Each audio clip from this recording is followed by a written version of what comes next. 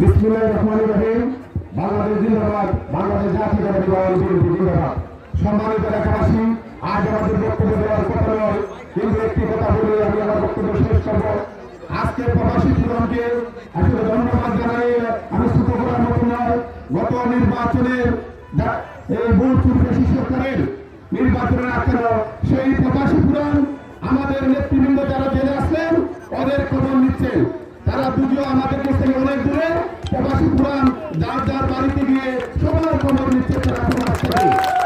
আর আজকে আমরা শ্রীমঙ্গল কমলগঞ্জে যার দিক নির্দেশনায় শ্রীমঙ্গল কমলগঞ্জ ছাত্রদল, যুবদল, কৃষক দল, শ্রমিক দল, স্বেচ্ছাসেবক দল সহ যারা আমরা আজকে যার নেতৃত্বে আমরা ঐক্যবদ্ধ, ওনার নামে তারা বিদেশ থেকে একটি টুর্নামেন্ট ছেড়েছে।